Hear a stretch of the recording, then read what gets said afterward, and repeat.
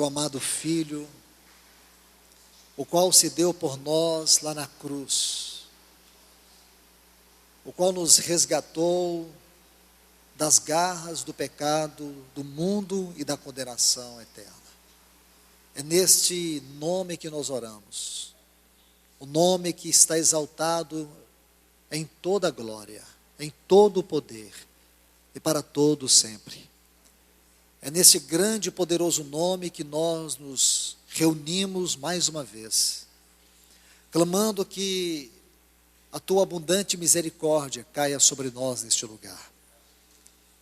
Que o teu Espírito Santo venha com ousadia falar aos nossos corações. Derrama temor entre nós mais uma vez, porque nós precisamos, Senhor. Necessitamos que a tua palavra como vida venha nos encher.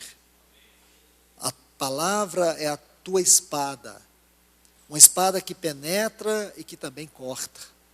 Então, Senhor, penetra a tua palavra dentro de nós.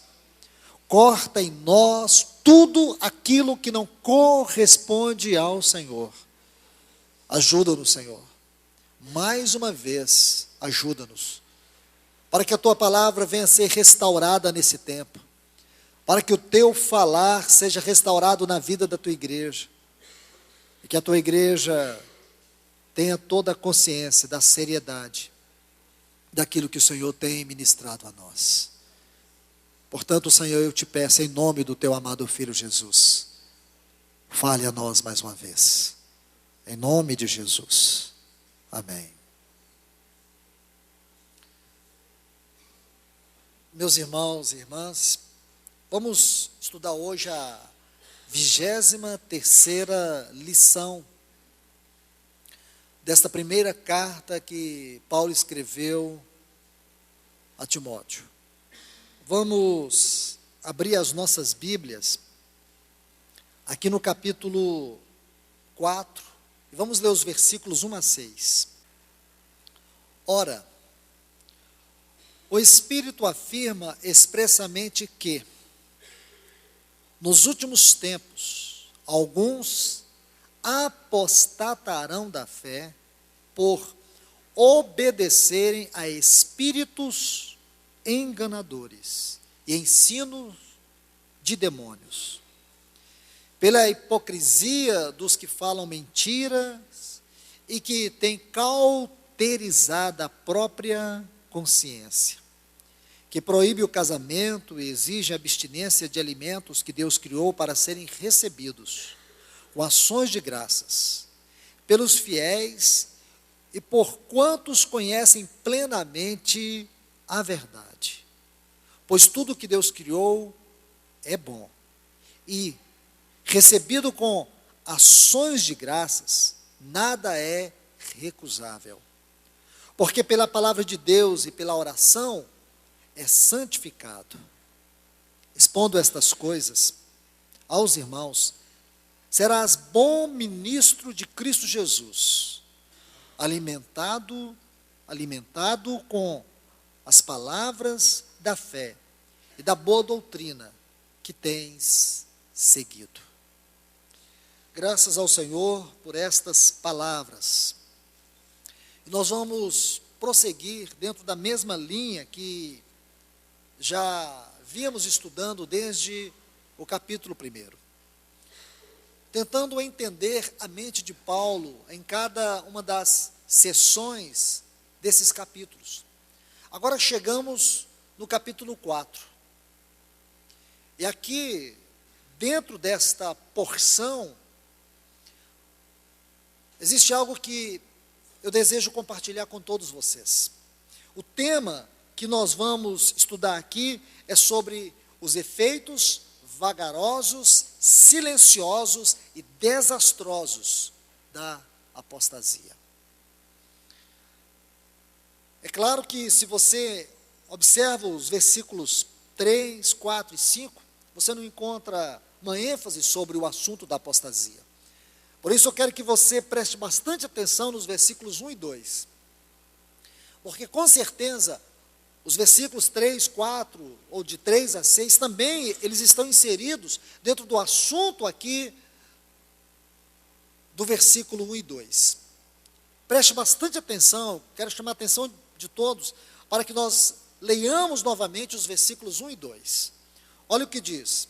Ora, o Espírito afirma expressamente que, nos últimos tempos, alguns apostatarão da fé, por obedecerem a espíritos enganadores e a ensinos de demônios, pela hipocrisia dos que falam mentiras,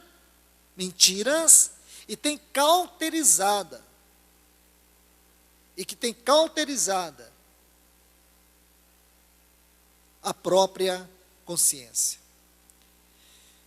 Amados irmãos e irmãs, eu quero colocar alguns pontos antes de nós entrarmos no assunto em pauta. Quero chamar a atenção de vocês para detalhes que nós não podemos deixar passar despercebidamente de nós. Por favor, olhe para esta expressão que está aqui. Expressamente. Observe bem, olha o que o texto diz. O Espírito afirma expressamente. O que quer dizer esta frase? O que significa o Espírito dizer expressamente? Meus irmãos e irmãs, existem 2 pontos que eu quero que vocês observem acerca desta palavra.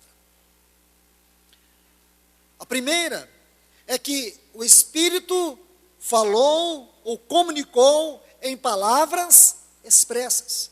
O que o Espírito falou, ele falou de maneira expressa, ele falou de maneira clara, ele falou de maneira objetiva. Esse é o primeiro ponto que eu quero que vocês considerem. E o segundo é que esta palavra expressamente implica urgência. Permita-me dar a vocês um exemplo. Abram comigo suas Bíblias no livro do profeta Ezequiel, no capítulo 1. Observe o versículo 3. Diz assim: veio expressamente a palavra do Senhor a Ezequiel, somente isto. Veio expressamente a palavra do Senhor. Quando você observa isto aqui, esta frase, e se você conhece a mensagem deste grande livro, você vai ver que há um caráter de urgência contido nele. Essa urgência não é a urgência do profeta, é a urgência de Deus. Da mesma forma, irmãos e irmãs, quando você lê esta frase no versículo 1 do capítulo 1 de 1 Timóteo, o Espírito afirma expressamente, isto é, há uma urgência naquilo que o Espírito está falando. Não é um falar qualquer.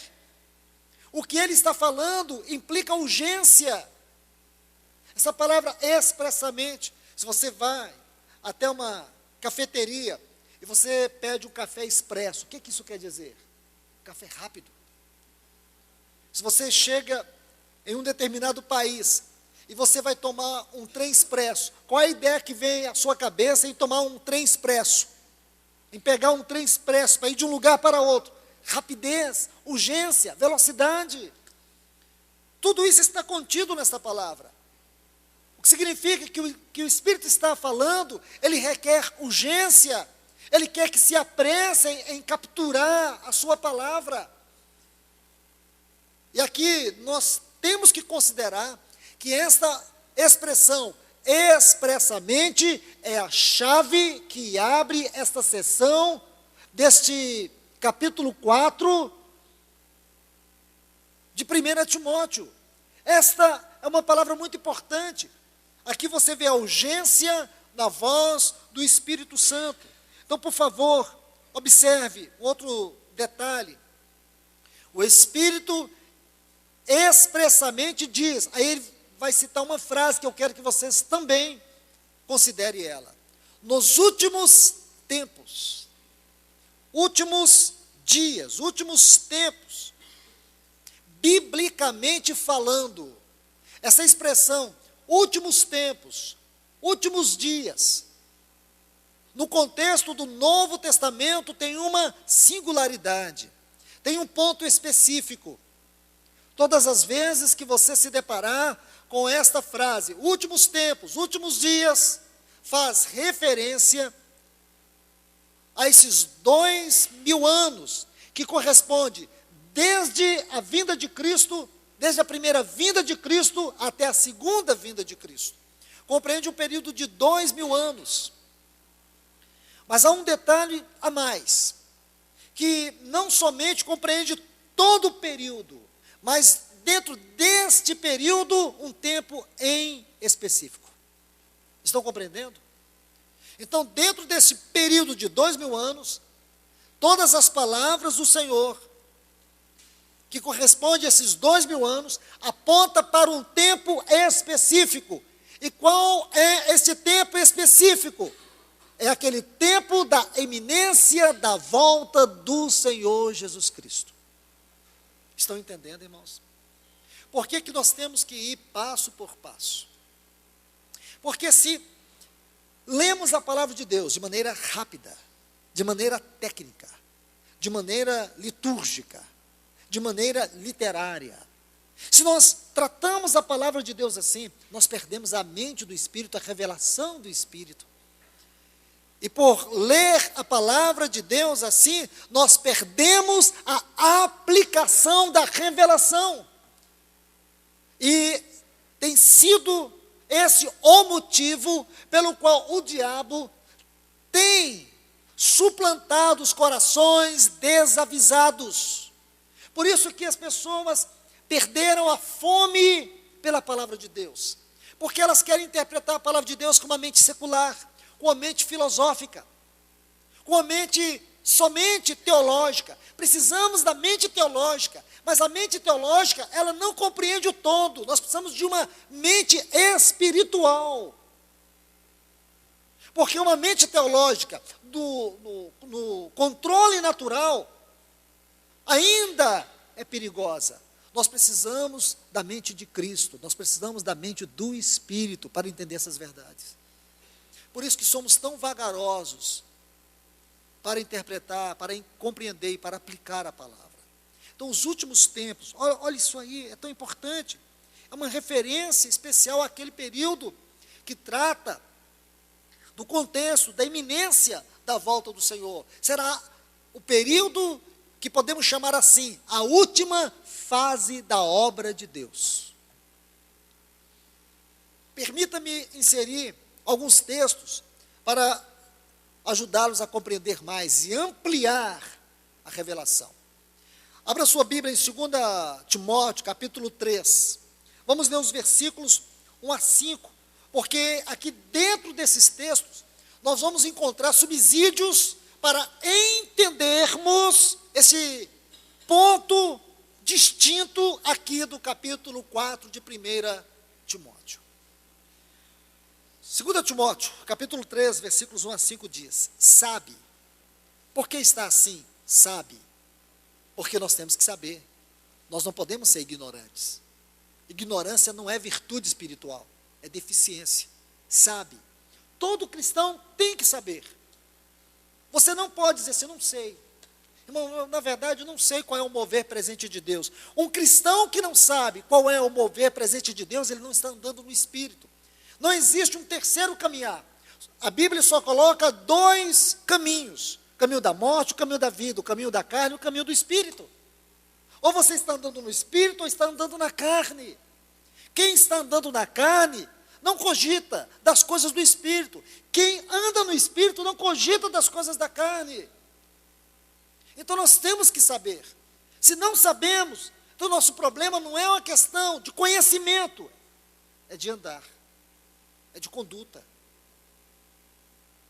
Então ele diz, sabe, porém isto, que nos últimos dias, olha a frase aqui, sobrevirão tempos difíceis, Pois os homens serão, então os homens serão, Paulo vai generalizar, os homens serão avarentos, egoístas, jactanciosos, arrogantes, blasfemadores, desobedientes aos pais, ingratos, irreverentes, desafeiçoados, implacáveis, caluniadores, sem domínio de si, cruéis, inimigo do bem, traidores, atrevidos, enfatuados. Então, até aqui, Paulo faz uma abordagem geral do quadro do mundo ou dos homens ímpios.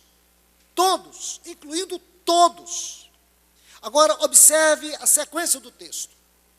Mais amigo dos prazeres do que amigo de Deus. Escute bem.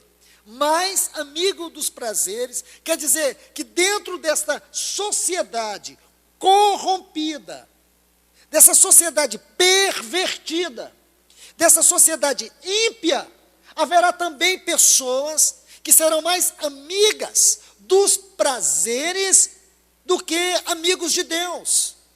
E aqui você pode pensar com a mente secular, você pode pensar com a mente natural, que essas pessoas que são mais amigas dos prazeres do que amigos de Deus, estas pessoas, elas são simpatizantes da fé.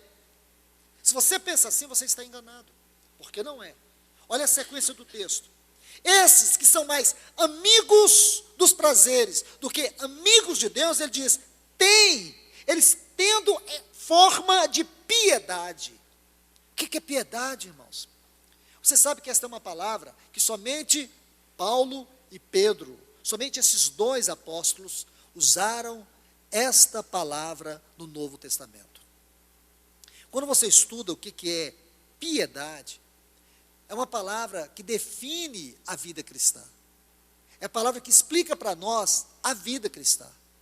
Essa palavra está ligada com a nossa fidelidade, o nosso compromisso, a nossa sinceridade, o nosso temor a Deus. Então ele diz assim, tendo forma de piedade, reverência, fidelidade e temor a Deus. Aí ele diz, negando-lhe, entretanto, o poder. Aí ponto. Aí ele coloca uma frase extremamente enfática, diz, foge deles. Foge deles. Meus irmãos e irmãs, vamos voltar ainda para o capítulo 4, mas eu não posso deixar esse texto aqui de qualquer maneira e dar as costas para ele, porque o Espírito está nos dizendo algo. A urgência da voz do Espírito tem a ver com isso, porque quando ele diz nos últimos tempos, lá no capítulo 4, Paulo não vai entrar com tantos detalhes, com tantos recursos da revelação, mas a mensagem não é de Paulo, a mensagem é do Espírito. E o Espírito está nos mostrando aqui como será os homens nesses últimos tempos. Nós estamos vendo, irmãos, o que nós estamos lendo aqui é o que nós estamos vendo em nossa sociedade. Mas o nosso coração, sua preocupação, sua inquietação, tem que estar não simplesmente no fato do mundo estar como está. O que nos inquieta, o que nos deve angustiar, é de ver como que a igreja está, como que os cristãos estão. E sabe como que Paulo vai dizer? Que nesse tempo, nos últimos tempos, onde o Espírito diz com tamanha urgência, é que os cristãos, eles serão muito mais amigos dos prazeres do que amigos de Deus. Eles serão pessoas que amarão os prazeres. Eles serão pessoas que darão muito mais ênfase em suas vidas ao lazer, ao entretenimento, a sua vida neste mundo, do que a sua vida com Deus, seu relacionamento com Deus, não vai ser prioridade. Essa é uma grande prova, esse é um fato visível. Hoje a grande maioria dos cristãos, a grande maioria, não tem um relacionamento sério com Deus. A grande maioria dos cristãos não tem um relacionamento sério com a palavra. A grande maioria dos cristãos apenas tem forma de piedade, mas o conteúdo é oco. Entende? Porque é fácil, irmãos, manter a capa da religiosidade. É fácil, você acha que é difícil subir nesse púlpito e proferir palavras? Qualquer um pode até fazer isso. A questão é se essas palavras vai ter vida ou não.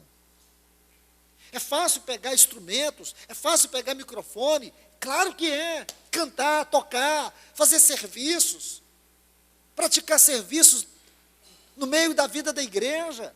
Essas coisas, irmãos, nós podemos fazer de maneira litúrgica, podemos fazer na nossa própria capacidade.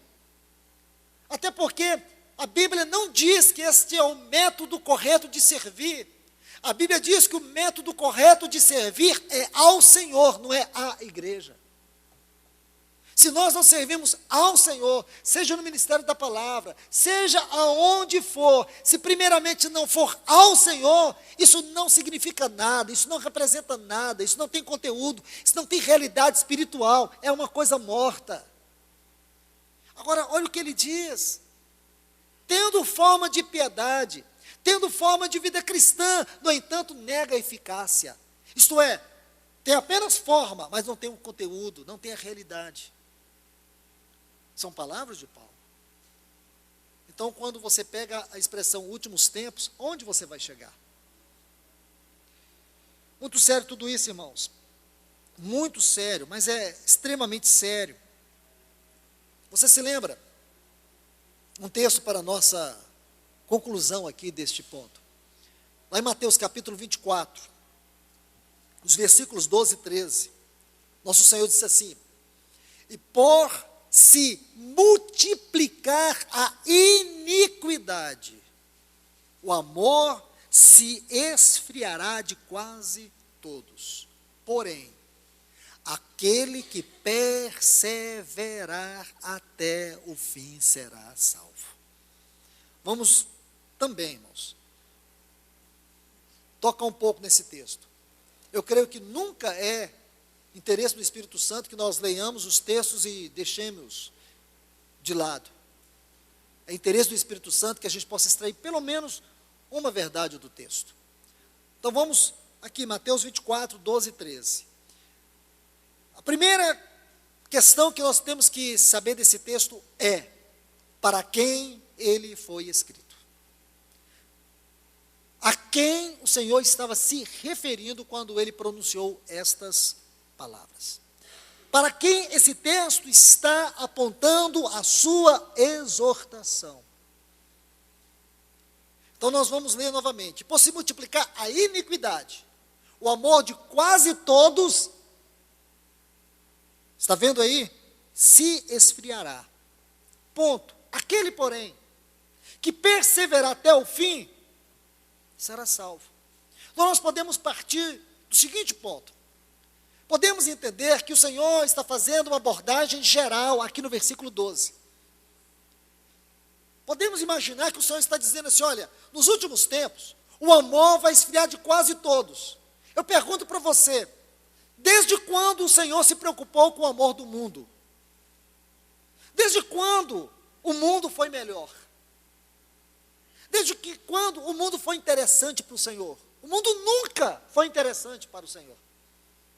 Desde que o mundo é mundo, ele já está condenado. Então a minha proposição aqui é que o versículo 12, o Senhor está fazendo uma referência àquele que perseverar até o fim, ou aqueles que devem perseverar até o fim. Para mim o Senhor está fazendo uma referência ao seu povo, porque as únicas pessoas que verdadeiramente têm amor, ou recebeu o amor, somos nós, a igreja do Senhor Jesus. O amor do mundo, que amor que tem o mundo? Que amor que tem o mundo?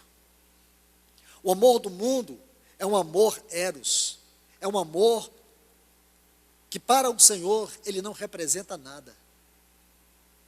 A palavra amor para o Senhor é algo que representa o seu próprio coração.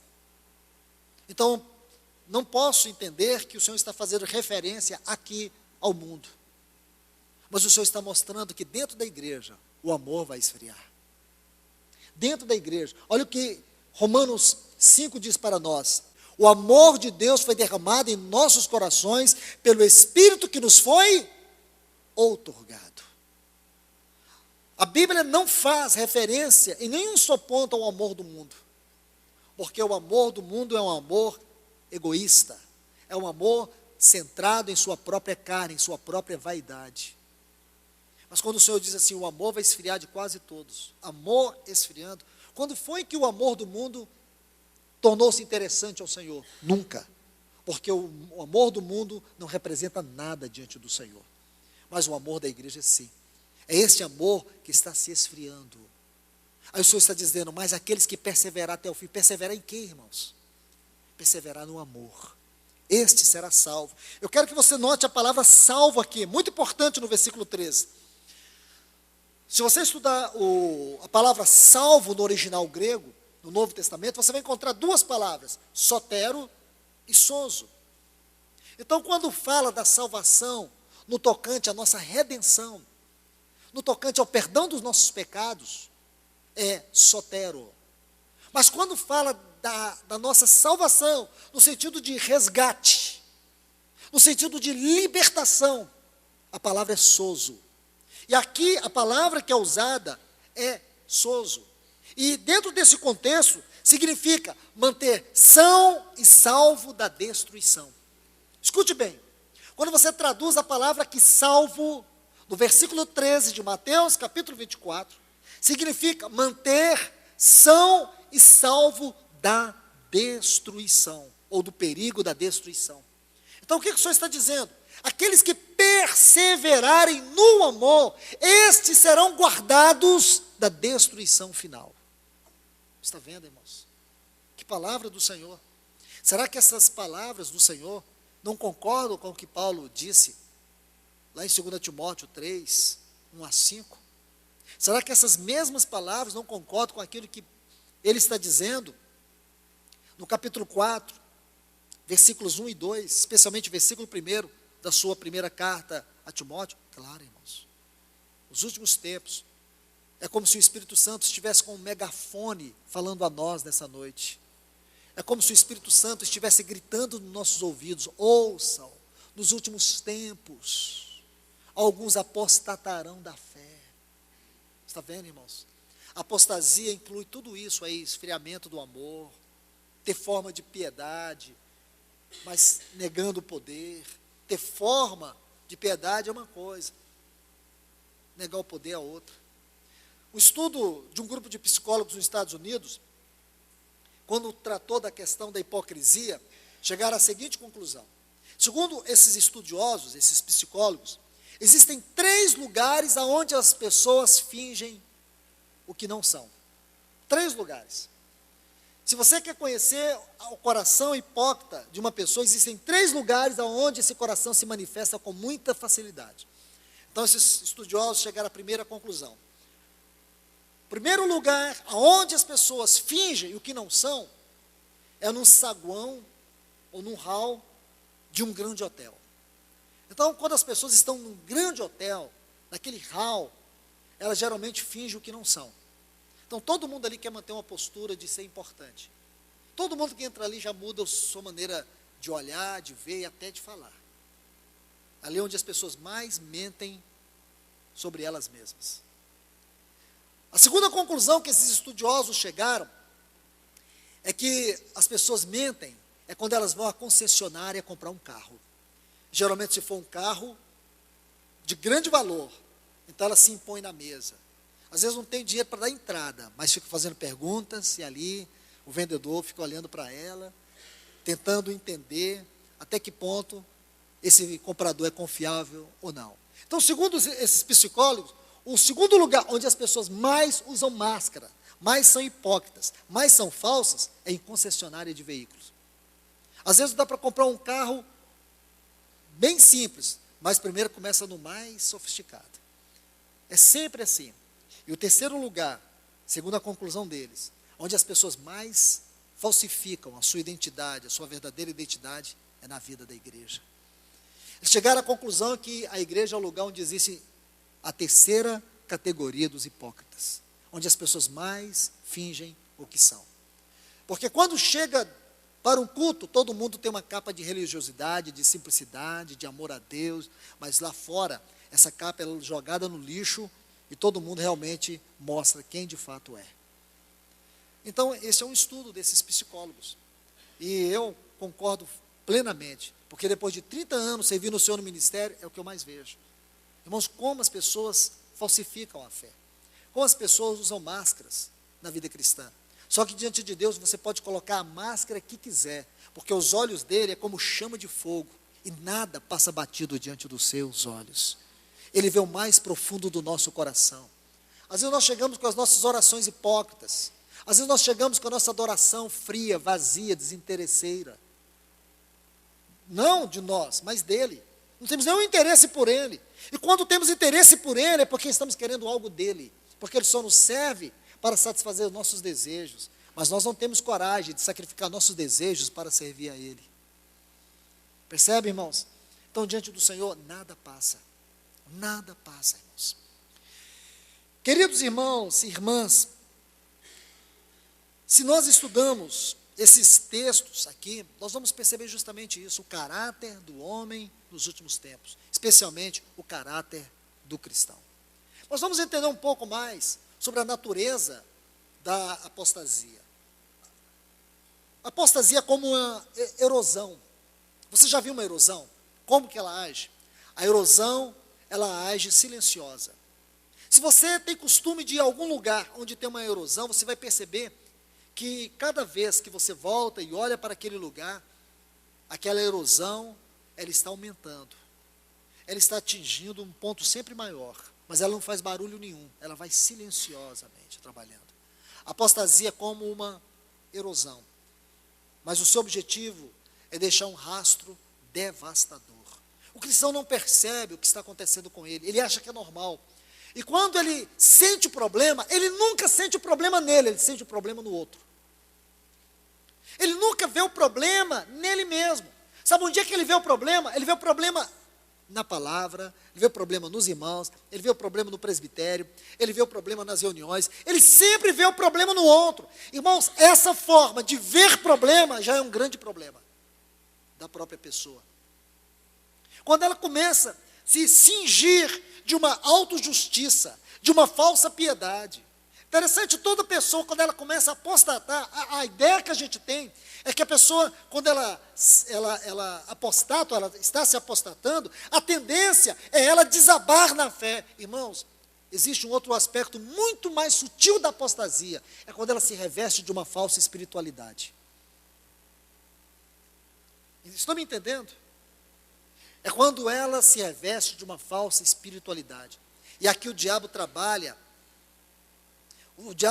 de maneira terrível, de maneira sutil, pervertendo todos os sentidos espirituais da pessoa, enchendo ela da sua própria cobiça, enchendo ela da sua falsa justiça.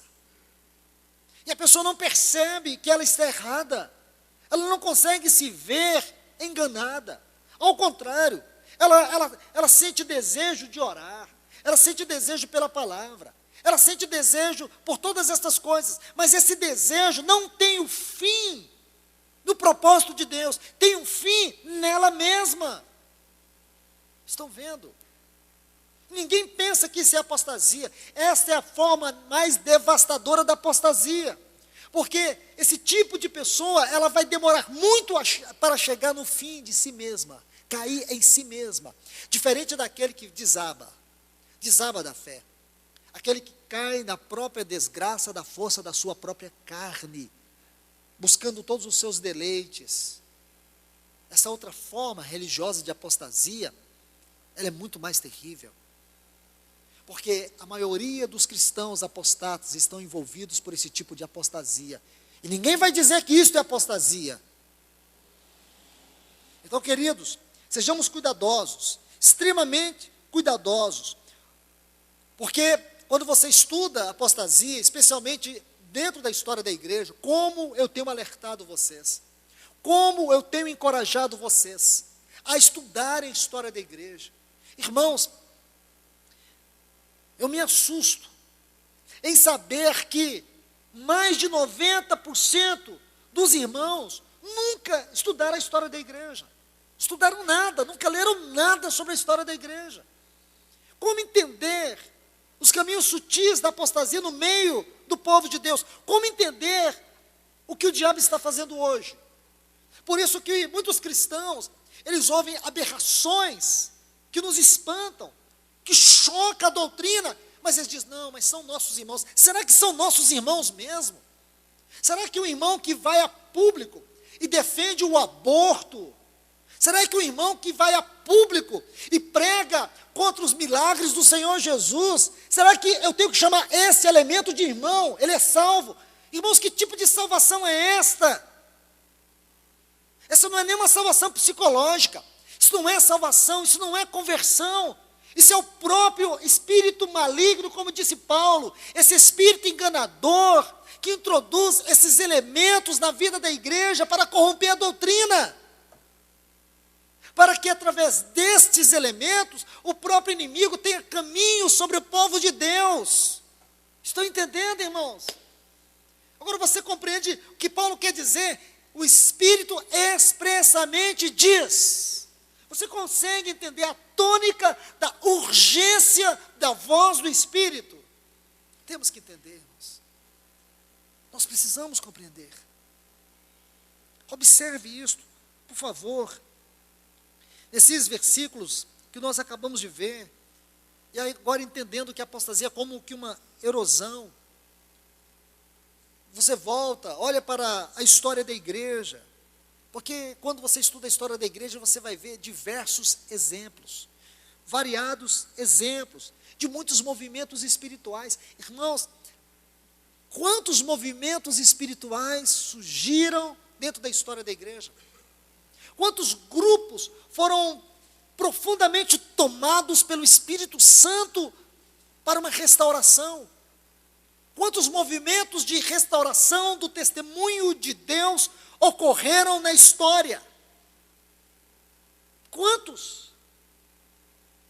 E por que esses movimentos depois, numa próxima geração, ou 100 anos depois, 200 anos depois, esses movimentos se degradaram? Como foi possível, irmãos? Como foi possível? Se você não quer se dedicar à história da igreja, olhe para a palavra de Deus. Olha a história dos reis de Israel. Veja que um rei era levantado pelo Espírito Santo, ele se arrependia, levava toda a nação ao arrependimento, mas a geração seguinte já se corrompia completamente. Nós temos exemplos e exemplos na palavra de Deus. Quando você estuda a história, você vai ver grupos, movimentos espirituais, com raízes teológicas profundas. E você vai ver que esses grupos foram se desintegrando lentamente, porque o inimigo sabe fazer esse trabalho. Irmãos, é o que ele quer fazer conosco, é o que ele procura dia a dia fazer aqui entre nós. Dia a dia esfriar o amor, dia a dia esfriar nossas convicções, dia a dia tentar diluir a palavra, dia a dia, irmãos, roubar de nós a essência, roubar o conteúdo, e a gente não vai percebendo. Vamos nos entregando ao ativismo, vamos nos entregando e nos envolvendo com tantas coisas, mas quais são as prioridades de Deus, irmãos? Quais são as prioridades de Deus? Aí nós temos que olhar para aqueles 4 fundamentos de Atos 2, 42, a doutrina dos apóstolos, a palavra. Irmãos, isso tem que ser como um farol para nós. Tem que ser como um GPS, tem que guiar nossos caminhos. Estão vendo, irmãos? A doutrina dos apóstolos, a comunhão, o partir do pão, as orações. Isso tem que funcionar como uma luz para nós, como uma lâmpada nos nossos caminhos. Porque nós podemos nos desviar por milímetros. Olha a história da peregrinação do povo de Israel pelo deserto. Quantos milagres de Deus, quantos feitos de Deus. Chegou um momento, irmãos, que eles começaram a amar a Deus e andar com Deus por causa dos feitos de Deus, e não por causa do coração de Deus, dos caminhos de Deus. Os caminhos de Deus, irmãos, andar com Deus, como disse o salmista, os caminhos de Deus são muito mais elevados que os milagres de Deus. Entende? Entende, irmãos? Quando você recebe o milagre do Senhor, você corre o grande risco de ficar só com o seu milagre, mas o milagre é apenas uma grande ponta de um poderoso iceberg que Deus quer colocar na sua vida, quer te sustentar. Ele quer revelar é Ele mesmo. Ele quer te levar a conhecer é Ele, e não apenas milagres. Por isso que a igreja está perdida na prosperidade. Hoje, como que os pregadores populistas, eles têm usado de uma artimanha satânica para aprisionar as pessoas. Eles usam duas armas. A primeira arma que eles usam é pregar a mensagem onde eles colocam culpa sobre as pessoas, enchem as pessoas de culpa. Então as pessoas, irmãos, quando nós nos chegamos ao Senhor, nós sentimos culpa. Agora imagina, nós sentimos culpa por tudo. Mas quando o Senhor nos salvou, Ele nos resgatou eternamente, perdoou os nossos pecados e nos libertou de toda culpa. Mas um evangelho diluído, onde Cristo não é o centro, ele não consegue fazer essa obra. Então como que as pessoas reúnem? As pessoas dia após dia estão cheias de culpa. Então essas mensagens, esses pregadores, essas campanhas manipuladoras, elas mantêm a pessoa dentro desse círculo, e aí elas prendem as pessoas da culpa. Então as pessoas começam a se sentir condenadas por causa da culpa. Mas se não é a culpa, é o medo. Essa é a segunda arma que esses pregadores, como disse o irmão Charles Swindoll, essas prostitutas de púlpito, quando elas pregam esse tipo de evangelho, corrompendo, tirando Cristo, são como que prostitutas de púlpito. Quando Charles Swindoll escreveu o livro A Igreja Desviada, ele usa essa frase lá, prostitutas de púlpito. Corrompem a palavra. Então, o que eles fazem? Medo. Começa a colocar medo nas pessoas. Se você não fizer isso, vai acontecer aquilo. Se você não fizer essa campanha, o diabo vai te destruir. Se você não der essa oferta para o Senhor, o diabo vai arrancar o resto que você tem. Aí as pessoas começam a servir o Senhor por medo. Mas existe uma terceira arma, e essa não falha. Essa terceira arma é a fatal. Se a culpa não resolveu, se o medo não resolveu, eles usam a terceira arma. Sabe qual é? A ganância. Ah, essa é infalível, a ganância. Porque eles vão dizer assim: meu irmão, se você hoje fizer uma oferta de sacrifício, uma oferta de fé, o Senhor vai te dar mais. Se você fizer isso, se você crer, o Senhor vai te dar um carro novo. Irmãos, escute o que eu vou falar para vocês. Toda promessa de prosperidade que Deus tem para nós não diz respeito a esta vida, diz respeito à eternidade vindoura. Porque seria um contrassenso do próprio Senhor. Ele diz: não ajunteis tesouros na terra, onde a traça corrói. O que adianta você ter muito dinheiro? Você vai levar esse dinheiro todo para a sepultura? Segundo Salomão em Eclesiastes, ele diz que não leva. Ele diz: para a sepultura que nós vamos um dia, nós não levaremos conhecimento, riqueza, nada. A não ser as nossas obras, que vão nos acompanhar até o tribunal de Cristo. Isso a gente leva. Então seria um contrassenso o Senhor dizer: não ajunteis, depois Ele te dá. Porque, irmãos, quando Paulo diz assim, escrevendo aos Filipenses, que ele aprendeu a viver contente com tudo, seja na abundância ou seja na escassez. O que ele quer dizer com isso? Irmãos, escute, você pode imaginar que uma pessoa está sendo provada quando ela tem tudo? Não. Então, segundo a mente religiosa, se uma pessoa tem uma boa vida financeira, se ela tem uma maravilhosa vida, se ela tem uma conta bancária recheada, essa pessoa é uma pessoa abençoada, é uma pessoa próspera. Mas se outro irmão, coitado, a vida dele é cheia de doença, a vida dele é cheia de problema, esse irmão é um irmão provado, é um irmão que está passando prova, é um irmão atribulado, é um irmão cheio de luta, o outro não é. É assim que nós definimos as coisas. Se você define assim, você não conhece a palavra de Deus e nem a mente do Senhor. Quem é que vai dizer que uma pessoa que está aparentemente vivendo uma vida cheia de abundância financeira está passando por uma dura prova, por uma grande tribulação? Ninguém vai dizer isso, mas a palavra de Deus mostra que isto é provação. Porque, irmãos, quando uma pessoa ela está sendo atribulada, ela está passando por lutas, é interessante que há uma grande probabilidade que essa pessoa reconheça que ela está sendo atribulada, que ela está sendo provada, seja numa questão de relacionamento, seja numa questão conjugal, com filhos, com emprego, com doença, seja em que esfera for. A consciência dessa pessoa é que eu estou sendo provado, eu estou passando por uma luta, necessito da ajuda do Senhor, necessito do socorro do Senhor, preciso ir aos pés do Senhor, preciso rever minha vida diante do Senhor e preciso, acima de tudo, entender os caminhos do Senhor nas minhas provações. Mas uma pessoa que está com a vida toda abençoada, entre aspas, tudo está dando certo, grande emprego, um lar maravilhoso, tudo do bom e do melhor, carro do último tipo, quem vai pensar que esse irmão está sendo provado? Ao contrário, dentro do evangelicalismo degradado e corrompido, esse irmão é até um parâmetro para os outros. Olha a vida do irmão. Irmãos, só que para Deus, esse irmão está sendo mais provado do que aquele outro. E o pior é que essa pessoa não sente necessidade de Deus em nada. Quando você vai ver esse irmão, ele nem precisa orar. Ele tem tudo. Ele nem precisa se preocupar com nada, ele tem tudo.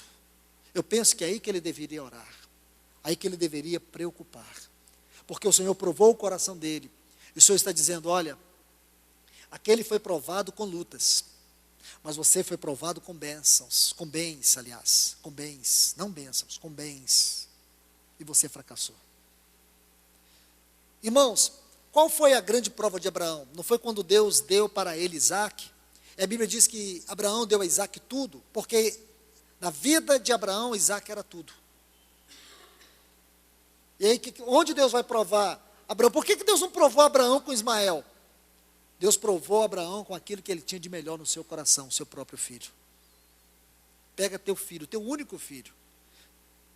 Agora, se Deus dissesse assim, Abraão, agora você tem uma alternativa, Abraão diria ao Senhor, Senhor, eu tenho, eu te dou tudo naquele altar, mas poupa meu filho. Aí Deus com certeza diria para ele, tudo que você tem não representa o que Isaque é no teu coração. Então eu quero, é o que está no teu coração. Quando a Bíblia diz assim, filho meu, dá-me o teu coração, é o que o Senhor está dizendo, dá-me tudo. Tudo de melhor que existe dentro de você. Porque tudo que você tem de melhor, irmão, ocupa o seu coração. Não me vem com essa história que não ocupa, que é mentira. Tudo que nós temos de melhor, a gente tem uma tendência de colocar no nosso coração. Quando o Senhor diz, filho meu, dá-me o teu coração, Ele está dizendo para nós renunciar tudo que ocupa o nosso coração por causa dEle. Está vendo, irmãos? Então quem vai dizer que uma pessoa assim está sendo provada? Mas do ponto de vista de Deus, uma pessoa que vive cercada de bênçãos, ela está passando por duras provas diante de Deus. E aqui, Deus está provando é o seu amor, mas ali, Deus está provando é a fé daquela pessoa. Quando Deus leva uma pessoa a passar por lutas e tribulações, provações duras, o Senhor está provando o caráter da sua fé. Mas quando o Senhor está cercando uma pessoa de bens, o Senhor está provando o caráter do seu amor. Por isso que a Bíblia diz, irmãos, vai permanecer diante de Deus a fé e o amor. Percebe? Sério, não é, irmãos? É. Queridos irmãos e irmãs, vamos dar um passo aqui para nós concluirmos por hoje. Retornando aqui em 1 Timóteo, capítulo 4, versículos 1 e 2, esses textos que nos diz que muitos vão retroceder, vão afastar da fé por obedecer a espíritos enganadores. É fundamental, irmãos, que nós venhamos compreender a natureza desses ensinos enganadores, malignos. Quando você estuda os textos aqui, existe algo que o Senhor quer nos mostrar. Observe bem. Versículo 2, ele diz, pela hipocrisia dos que falam mentira e têm cauterizado a própria consciência. Então nós temos aqui 3 elementos que vão mostrar para nós a natureza desses ensinos de demônios, desses ensinos enganadores. A primeira é a hipocrisia. A hipocrisia é a primeira característica desses ensinos malignos e enganadores. Observe bem, irmãos. Quando você estuda esta palavra hipocrisia, aqui neste texto, ela tem uma conotação muito interessante. Ela nos fala da atuação de um artista de teatro. O que um artista de teatro faz? O que um ator faz? Ele dissimula. Ele é um dissimulador. O que esses falsos ensinos? Então, vamos colocar um ponto aqui muito importante, antes da gente entrar na natureza desses ensinos de demônios. Ele fala de espíritos. Espíritos. Aqui na Reina Valera, permita-me fazer a leitura desse texto aqui na Reina Valera. Ele diz assim: mas o Espírito diz claramente, nos últimos tempos, alguns apostatarão da fé. Como? Como que essas pessoas vão apostatar?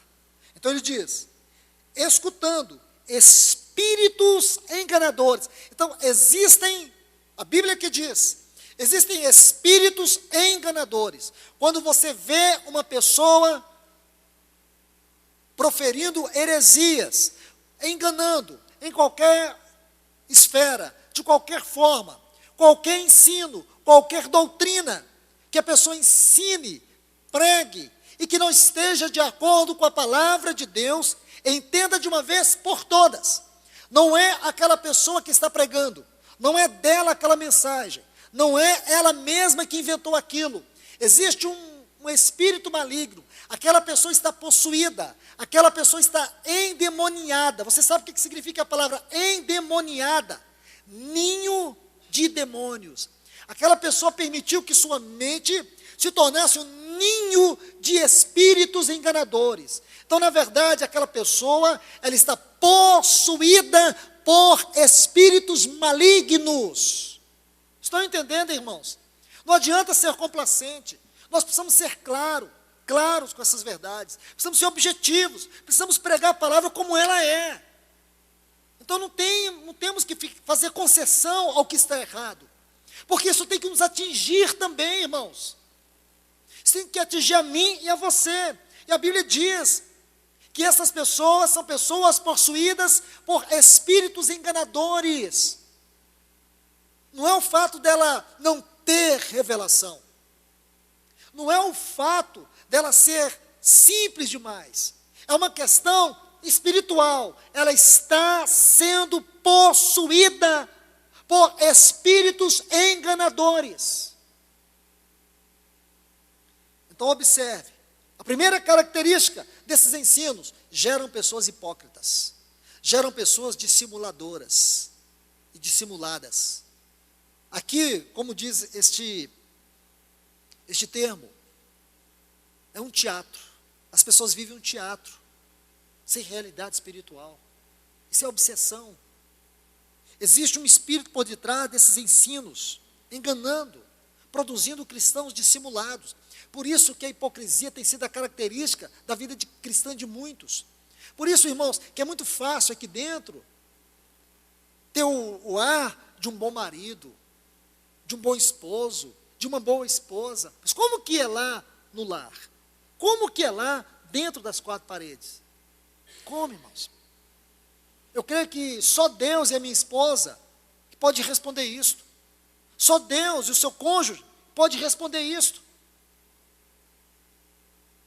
Porque, infelizmente, irmãos, esses ensinos diluídos, essas palavras que não produzem vida, têm produzido a pior classe de pessoas. Cristãos hipócritas constituem a pior classe de pessoas na face da terra. É o sal insípido, para nada mais presta, disse o nosso Senhor Jesus. Para que serve o sal insípido? Para nada, disse o Senhor. Um cristão hipócrita não serve para nada. Tem um texto aqui de Pedro, eu queria citar para vocês, por ser tão importante. 2 Pedro, capítulo 2, versículo 1. Esse texto é tão importante, irmãos, porque ele está dentro deste mesmo contexto. 2 Pedro, capítulo 2. Ele diz assim: assim como no meio do povo surgiram falsos profetas, assim também haverá, escute isso, irmãos, haverá o quê? Falsos mestres, os quais introduzirão, olha aqui, dissimuladamente heresias destruidoras, até o ponto de renegar o soberano Senhor que os resgatou, trazendo sobre si mesmos repentina destruição. Mais uma vez, haverá entre vós falsos mestres, os quais introduzirão dissimuladamente heresias destruidoras. Irmãos, por favor, quero que vocês peguem essa palavra introduzirão. Essa palavra é muito interessante. A tradução dessa palavra do grego para o português significa introduzir com sutileza, introduzir com astúcia, introduzir secretamente. Como assim, irmãos? Como a erosão. Você não vê. Você não vê. É simplesmente uma pequena brecha no ensino. É simplesmente uma fissurazinha no ensino. Irmãos, o ensino não pode ter fissura, porque o próprio Senhor, Ele é a palavra. E se a palavra não for proferida de acordo com o caráter do Senhor, ela tem um cunho maligno. Não é simplesmente um cunho humano, um cunho intelectual, um cunho secular, um cunho religioso. Nada, irmãos. Só existem duas fontes. Só existem aqui dois propósitos. Ou ela vai glorificar Cristo, ou ela vai manifestar a obra do inimigo na própria vida da igreja. Por que a igreja está doente? Por que a igreja está cambaleando nesse tempo? Sabe por quê, irmãos? Nós deixamos de amar a palavra de Deus. Nós deixamos de tratar a palavra de Deus numa esfera espiritual. Nós temos tratado como um livro. Nós temos ignorado falar do Senhor. Nós temos desprezado falar do Senhor. Quando o Senhor levantou o profeta Ezequiel para falar aqueles cristãos no cativeiro, eles estavam enfiando suas raízes na Babilônia. O Senhor levantou Ezequiel e disse para Ezequiel: fale a este povo, mostre os seus erros, mostre os seus pecados. Se eles não te ouvirem, pelo menos um dia eles saberão, houve um profeta entre eles. Estão vendo, irmãos? Como que nesse contexto de mundo que nós estamos vivendo, onde os pregadores hoje não se importam mais em fazer da oração a base da palavra, e sim leitura de livros, onde tem que ler um livro para poder pregar e não ler a palavra de Deus, onde a base é o que o outro pregou e não o que Deus diz na sua palavra. Hoje não se busca mais na palavra de Deus. Eu tenho que ler pelo menos um livro para saber o que Deus fala, para me poder pegar aquilo e passar para o povo. Acabou-se a inspiração, acabou a oração, acabou a confiança no Espírito Santo. Hoje está tudo tão automatizado. Irmãos, nós temos que voltar à prática da simplicidade do Evangelho de Cristo Jesus. Precisamos resgatar isso, irmãos. Os irmãos que ministram precisam resgatar isso. Não tem que confiar na sua mente, não tem que confiar na sua carne, tem que depender do Senhor, tem que ter tempo de oração, tem que ter comunhão com o Senhor, tem que se fechar. Porque nós podemos subir no púlpito, irmãos, sem vida nenhuma, sem graça nenhuma. Podemos subir no púlpito aqui e ficar proferindo palavras, jogando fora. Isso é muito perigoso, irmãos. E a igreja vai morrendo e nós somos causadores dessa morte espiritual. Temos que pregar, mesmo que o povo não queira ouvir, pregue a palavra. Você se lembra quando o Senhor enviou aqueles 70, de 2 em 2, para a sua trás montanha? Pegue ali. Mas se aquela casa não receber vocês, saiam dela, sacudam a poeira do vosso pé, porque essa poeira será levantada no dia do juízo. Mas uma coisa você precisa ter certeza, é se você está pregando a palavra. Se as pessoas vão ouvir ou não vão ouvir, elas têm que responder isso para o Senhor, não é para você. Porque nós não fazemos plateia, nós não temos público, nós temos um ministério e é ao Senhor, não é nem à igreja, é ao Senhor. Não temos que pregar para poder ser aprovados, para poder ser reconhecidos, ou mesmo ser aplaudidos. Até porque, irmãos, não confie nisso, porque as mesmas pessoas que te aplaudem são aquelas que vão te difamar e jogar pedra em você. Olhe para o Senhor, confie nele, dependa dele e viva para ele. Permita, irmãos, citar um texto aqui em 2 Timóteo, capítulo 4, versículo 3. 2 Timóteo, capítulo 4, versículo 3. Paulo diz assim: pois haverá tempo em que não suportarão a sã doutrina, Pelo contrário, cercar-se-ão de mestres, segundo as suas próprias cobiças, como que sentindo coceira nos ouvidos. Deixe-me colocar isso para vocês em 4 pontos simples, para que a gente possa ganhar tempo, porque o nosso horário já terminou. O primeiro ponto que eu quero mostrar, observe aqui, Paulo está dizendo que chegará um tempo que as pessoas não suportarão mais a sã doutrina. O que é a sã doutrina? A sã doutrina é sinônimo de evangelho, do ensino puro e verdadeiro. As pessoas conseguem ficar horas assistindo uma partida de futebol. As pessoas conseguem ficar horas no cinema, vendo um filme encharcado de violência e pornografia. Elas não se sentem incomodadas, se sentem até atraídas, mas elas não conseguem se concentrar, deixar que os seus ouvidos se concentrem na voz do Espírito Santo. Conseguem ficar horas jogando conversa fora, conversas cheias de chocarrices, mas não conseguem se silenciar para ouvir a voz do Senhor. Isso é sério, é o que Paulo está falando. Irmãos, um outro ponto que eu quero que você observe nesse texto, é que Paulo coloca a tônica nesse texto de maneira profética. Olha o que ele diz, observe aqui, haverá tempo, chegará um tempo, que as pessoas não suportarão ouvir o Evangelho de Cristo. Irmãos, vejam, um livro que foi lançado que, segundo a mídia gospel, ele foi o livro mais lido, só perde para a Bíblia. O nome desse livro é Igreja com Propósito. Nesse livro, o irmão insere técnicas de como tornar a igreja atraente e um lugar para a conversão das pessoas. Cristo não basta, precisamos ter culto atraente. Se o Senhor Jesus fosse viver a prática desse livro, o Evangelho nunca teria chegado a nós e ele jamais teria ido à cruz. Se Paulo tivesse lido esse livro no seu tempo, com certeza, irmãos, Paulo teria sido uma das maiores vergonhas e fracassos. Ele não teria escrito nenhuma carta. E falo isso, irmãos, não é para menosprezar. Infelizmente, o autor desse livro, mês retrasado, o filho dele se suicidou. Falo isso com muita tristeza, porque isso não é glória para ninguém. Isso não deve ser alegria para ninguém. Mas é triste você ver coisas assim. Você vê pessoas querendo apagar a palavra de Deus e lançar novos métodos de entretenimento, tornar o culto agradável. Irmãos, não é o culto que é agradável, é a presença de Cristo no culto que torna o ambiente agradável. Louvor não torna o culto agradável, o que torna o culto agradável é Cristo nas canções. É o Espírito Santo na adoração.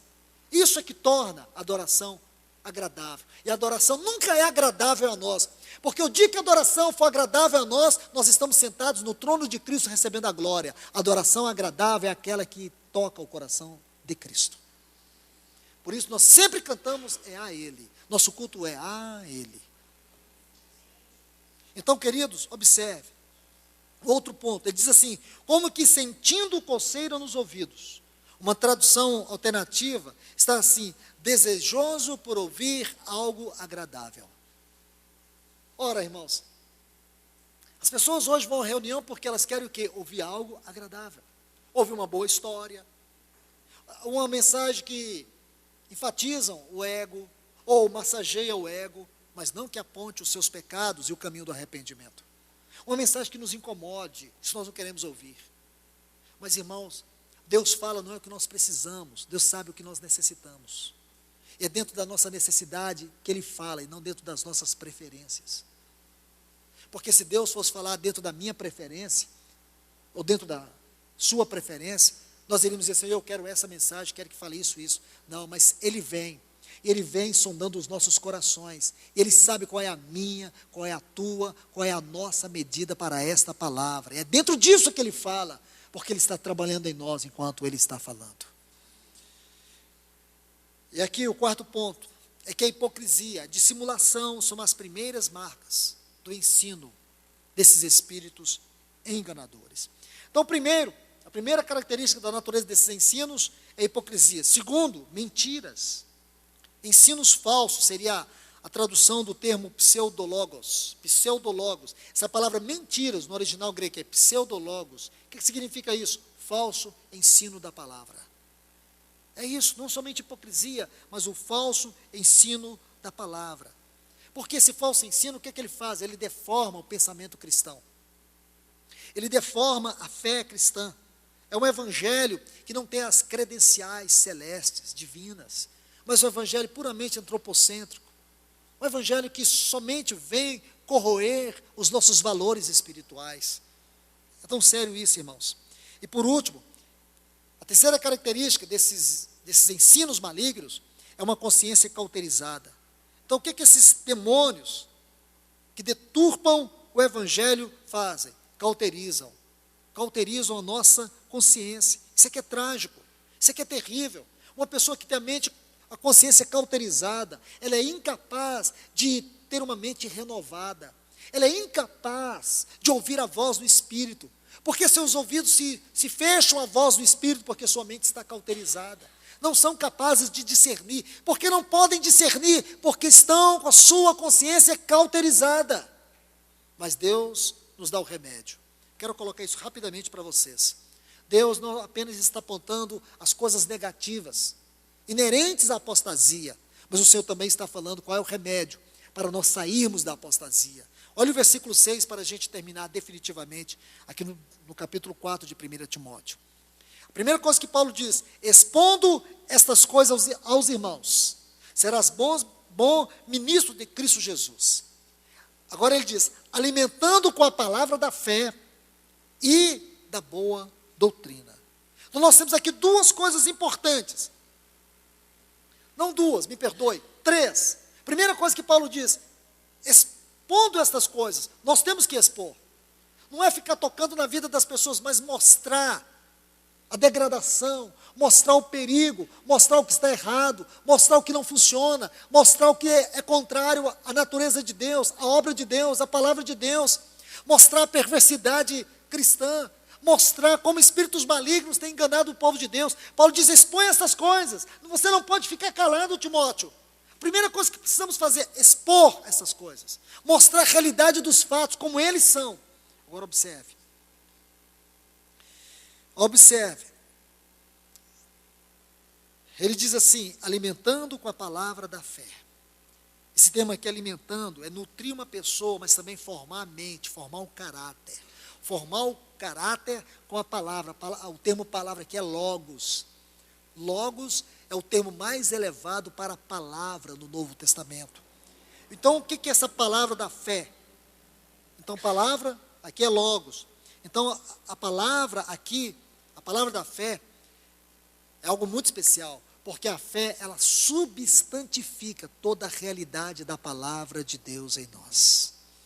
É a fé que torna a palavra de Deus viva e real dentro de nós. Sem a fé, a palavra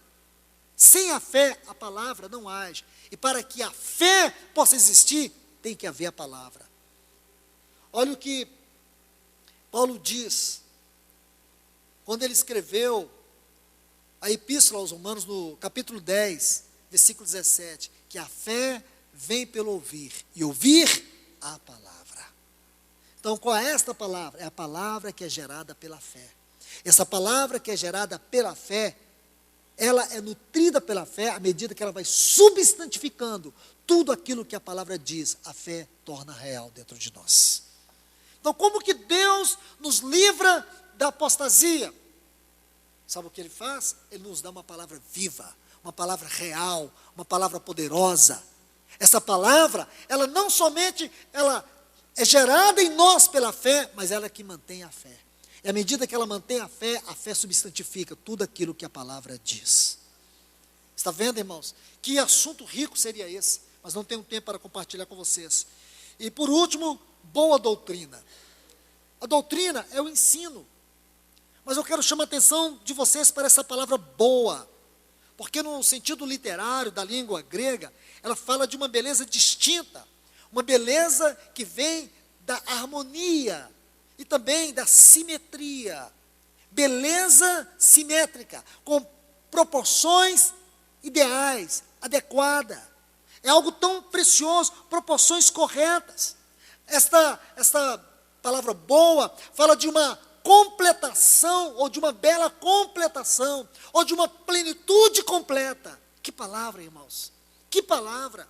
Então essa boa doutrina, essa bela doutrina, essa doutrina que ela é harmoniosa porque ela vem do caráter de Deus, vem do coração de Deus, ela é simétrica, ela não aceita mistura, ela não aceita o dedo do homem, ela é perfeita em todas as suas proporções e suficientemente para alimentar as nossas almas.